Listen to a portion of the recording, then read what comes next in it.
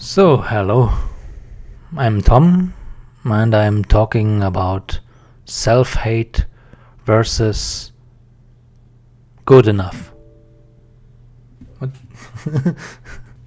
People don't get it in the spiritual field or in psychology, or they think they can implement in themselves that they are good enough. I'm good enough. And I'm as long as I talk to myself, I'm good enough. Then I'm good enough.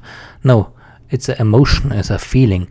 It's like you having in a band, you having the bass or the drums, and if you don't have it in there, then there's something missing. And this is with people, because they're missing this emotion, this feeling, this good enough. And affirmations don't help you with when you hate yourself. There's no affirmation that helps you. Oh, I'm good enough and I'm good enough. And the subconscious, unconscious say, no, fuck you too. You are good enough. You're a liar. You're a hypocrite. You're lying to yourself the whole time. You know, you take drugs and medication and alcohol, nicotine. You're pumping yourself with caffeine, yeah, and you think you're good enough? Oh, yeah, well, yes, you're good enough. A good enough liar, yes. Because people live in some deceptions, yeah. They think they can talk themselves into emotions. No. I mean, it's like if you buried your emotions in a grave, yeah, and put dirt around over it and 6 feet under, you know.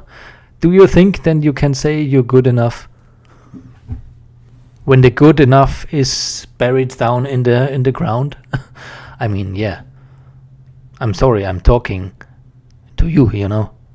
When I'm talking, I'm into you, because I'm here and you are listening, and I give you the comparison for that, so you can understand what good enough is. And if people listen to this, yeah, you know that you're not good enough, because you want to find out what self-hate is. Yeah, self-hate is all your deceptions, your lies, what people forced up into you to being a good boy or a good girl, whatever, to fit in a box of the family, fit in a box of friendships, fit in a box of codependency, relationships, whatever. It's self-hate is if you do things that you don't want to do, or because then other people are happy, yeah, and then they are happy and you betray yourself because you didn't want to do it in the first place. People call it then compromise. Yeah, you have to compromise in relationship. Yeah, well, how much do you want to compromise in relationships? I mean, if I have a child, then I love it and I do things because I love it, not to compromise me or my hobbies or stuff. And then I can say, yeah, okay, I do now my stuff. And some people love to be mothers or fathers. They don't care about if it's... There is no compromisation or compromise in being a father or a mother. You do it because it's your child and you want to learn the child something. I mean, and there is a problem, because teaching children something in to abuse them, you know, this is like torture, you know, for a child, because you are the parent and the child is trusting you, and if you abuse it, you know, it cannot longer trust you. I mean, some people say you have to understand how much you can people trust. I mean, for example, my parents, I cannot trust anything of, and they are liars and hypocrites and playing theater games and all sorts of shit, you know. And I cannot trust them with my hobbies and friendships and all sorts of stuff. But well, you should trust your parents that they don't sabotage you and what you like, because this is not love. This is the opposite of love. This is control. And nobody wants to be controlled by someone. You want to do what do you want? What do you want? Not what other people's want. There's all this to fulfill the needs of others, and you come always short. So they don't abandon you, or they don't like you anymore. And all with this themes have something to do with self-hate, to fit in, to be together with people who abuse you, lie to you all the time. Yeah. And the stupidest thing is this psychology game. What I found out. What do you do when there's laying €100 on the park bench? Something stupid psychology games. You wanna understand. You wanna know how the other people, what they would do. Well, why should I care? What do you expect me from this to ask? I mean, this is my question to sorts of people. What is your intention to say when there is money on the park bench, and you what do you do? Yeah. What do you expect me to say? Okay. Okay, how can I? Yeah, but this is there's all sorts of deception from people, and you can understand. Yeah, there's a lot of people who lie to themselves, and they have to play psychology games. They don't understand psychology at all, because psychology is not a weapon, and it's for understanding yourself better. But even this has limits, because there's another component, and this is emotions and feelings. And if you're in tune with your intuition and emotions, when people lying and making shit, even if you're not 100% conscious, there's something fishy what people do. Yeah, this is when you come back into this, some call it the real self. I mean, that's what's not conditioned. This is the spirit what's in you, that is free and will be always free. You can call it the free will if you want, and nobody can break your will. You do what you want. I mean, even if you're conditioned, the good thing is that you cannot make mistakes, Yeah, you make mistakes, yes, of course. But in the end, not. Because it's like a labyrinth, that what you're stuck in if you are in the self-hate. And you have to let go of more and more and more self-hate to become you again, Because there's a lot of apathy is over your intentions, your gifts in life, and your intuition, and that was buried tens of years down in the grave, And you have to really look through these deceptions of whole society, what it really is. I mean, in some ways it's like the Matrix, the movie Matrix, like I love to say, it's just all one system, computer system, and a program after another. It's layered on top of each other and interconnect to hide all these deceptions. That people are not free for were not free for a long time, And the reason is because there's so much apathy. The apathy is the dirt that's laying on your intuition, on your gifts from life, that what you have to bury to fit in to your family, to friends, school, work, to betray your own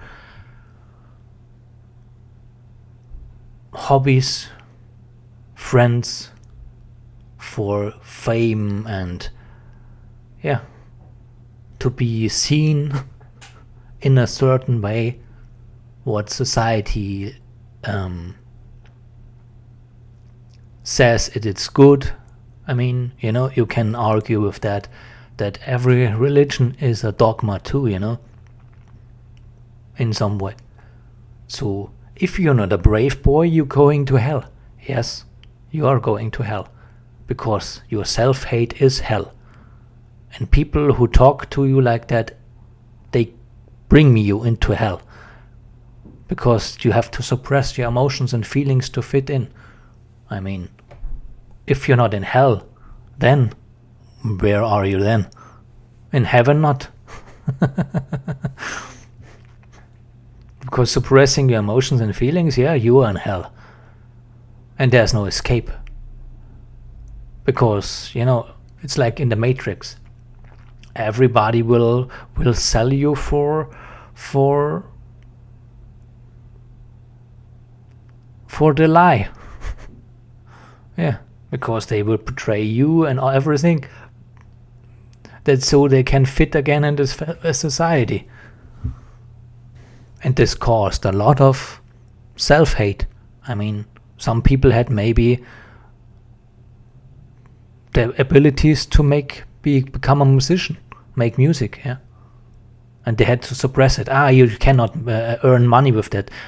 Search for a good job, like whatever, like your father has, or something like that, or you're an artist, drawing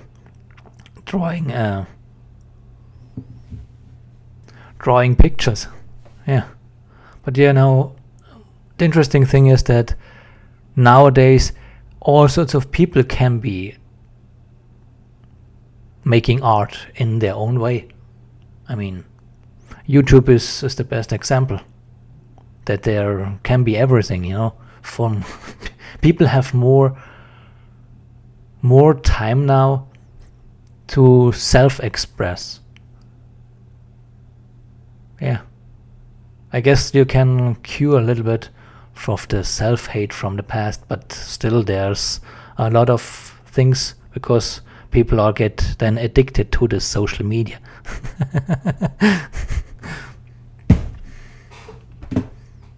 And even this is addiction. So because if you turn off the screen, then you're alone in this room, and there's nobody else there, because it's a world in front of your eyes. It's a imagine world, So there's still only you then, and the comments, what you have in the comment box or in the comment section, and you interpreting this in your mind. But then you're still alone. Is this society now, to being safe? This is even this is self-hate, but you cannot trust anyone else, that's why you're here. That's why you because everybody else can sabotage your hobbies and dreams, because not everybody likes what you do. And this is because because people are not, or you or we, not confident enough to stepping out of the comfort zone. This, so to speak, is a comfort zone, because you're standing not in front of people. I mean, back in the days it was normal, but coming back to self-hate, self-hate is connected to, some people will say, to the ego, inner critic, or this inner child themes. So then you will be able to, when you're going through all this self-hate, and there will be a lot, because people were not free since they start thinking. Because the most thinking is what your parents or our parents already thought. So they all with limiting beliefs, behavior patterns, all sorts of stuff from the from 40, 30, 20 years ago. How it depends how old you are. Yeah. And these people maybe never develop themselves mentally or emotionally. Yeah, they stuck in all sorts of patterns that then never worked.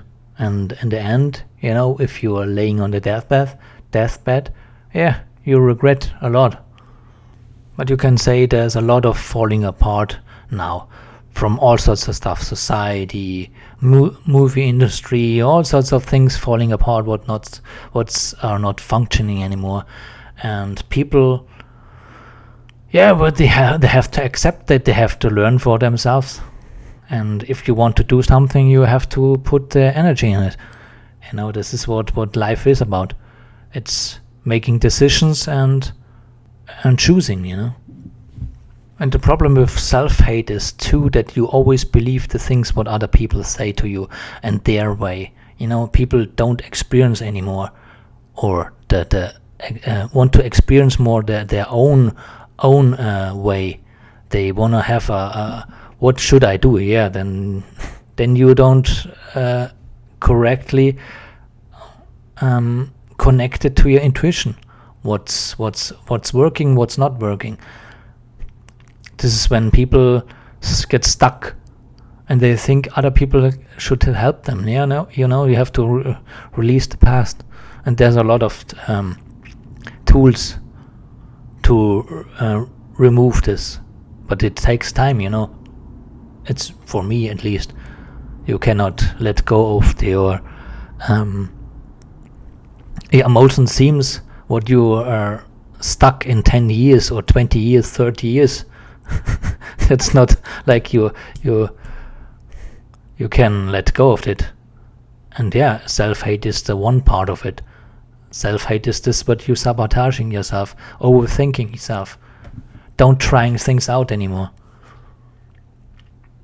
Yeah, and it's all connected to our parents and to us, how we grown up and how we developed, and how what was allowed and what was not allowed, and to fit in this box of the family, fit in this box of society and school and social media now. Back then there was the news and all sorts of television shows, and what people need to achieve again, I would say like that, or is to trust themselves again. And even if they have a impulse that seems in the first place wrong, you should do it because there's a reason for it, for you doing it. Yes, sometimes it had consequences. Yes, the best example is if you're talking about taking risks, like I'm a Star Wars fan, or I was a Star Wars fan, now not so much anymore. George Lucas did a high risk, to develop Star Wars. And he did go all in, and it makes him sick in some way. But he did this what he need to do, And his success was equally. Yeah, there's nothing in this life what you can achieve. I would say like this, with not putting all your eggs in the basket. Yeah, something like that. Yeah, this only what prevents people from doing this is doubting themselves and believe that other people's know the answer. more than themselves. This is the most delusion, that people think they cannot trust their intuition. Yeah, I understand that some people are so fucked up, like I was, that you cannot trust your intuition anymore. But yeah, well, then you have still the intuition, because if it's something seems wrong or it feels wrong, there's something off, you will understand it. Even if you told the totally idiot 10 times, you will see there's something wrong. Yeah. So this was about self-hate. I hope this helped. So bye.